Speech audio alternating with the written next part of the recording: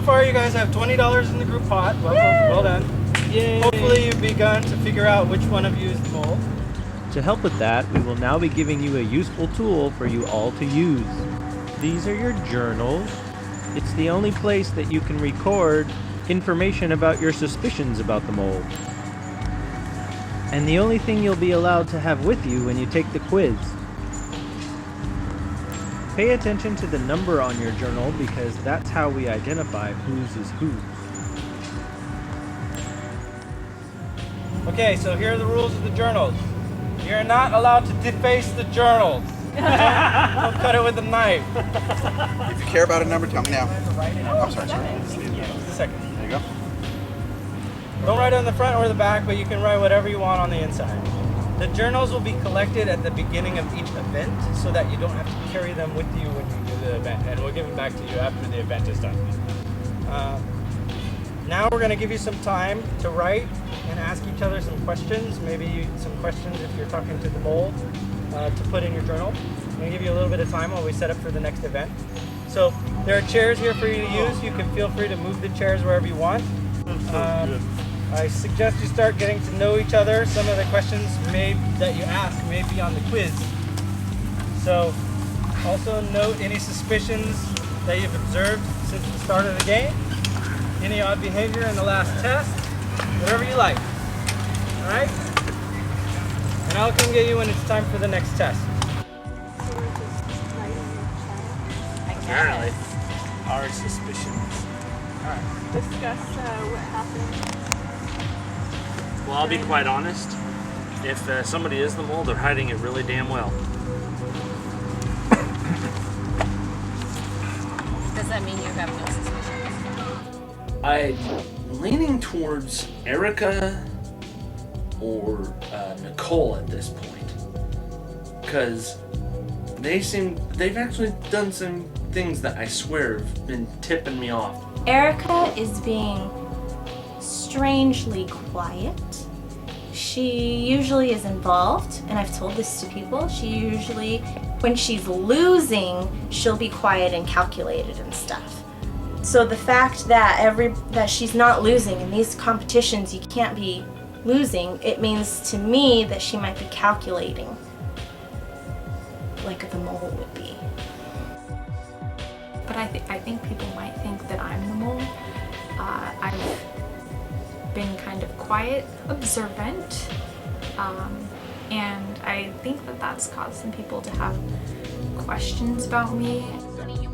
After a bit of discussion, the group begins to talk about their expectations from the reality show. Yeah. That's kind of stuff everyone was expecting to do. Pretty much. I didn't know what to expect. I didn't have any expectations. No idea. I considered silly games just because of the game weekends.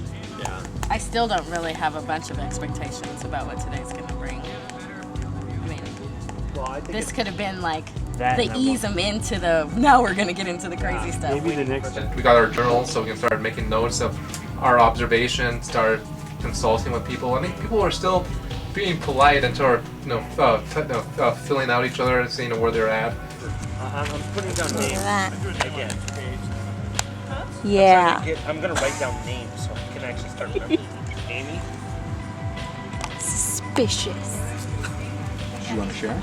The only two I'm What? forgetting is Wow. Okay. For my own benefit. Well, we got a chance to do the journals. That was our first journal opportunity.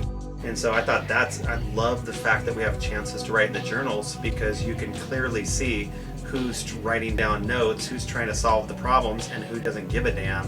And people are just spacing off, looking into the sky, and not taking notes, not asking questions, not drawing any observations.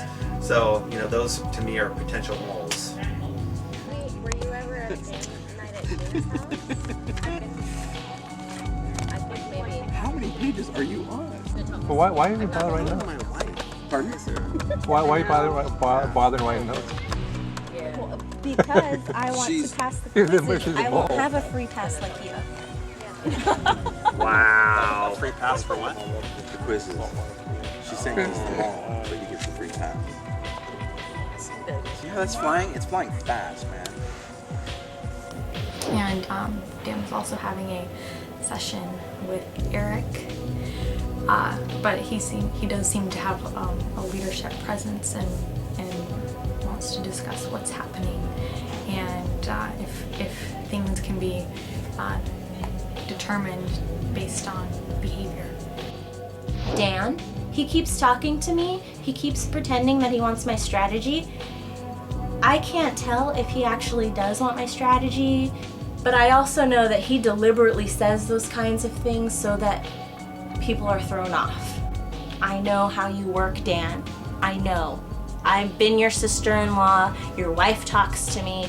I know you're calculating. I know that you organize and you plan, and I don't completely trust you.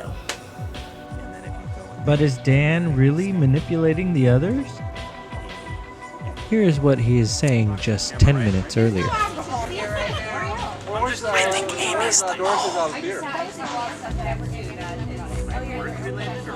It's the first one to call it. Just trying to. Which seems to directly conflict with what he tells Eric. I also don't think it's Amy because Andrew doesn't know Amy very well. He doesn't know that he can pull it off. Are you leaning towards anything, or did you see enough to try to answer the quiz at this point? I think it's still a little thing, but maybe email, I guess. Maybe narrow it down. Okay.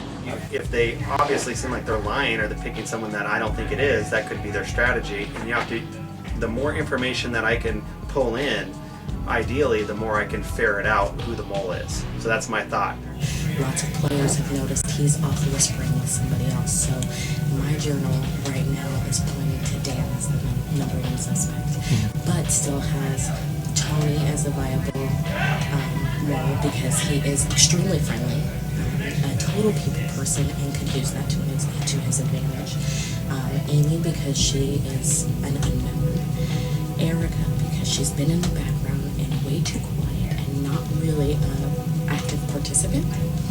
And Ange because she's the obvious, non-obvious choice.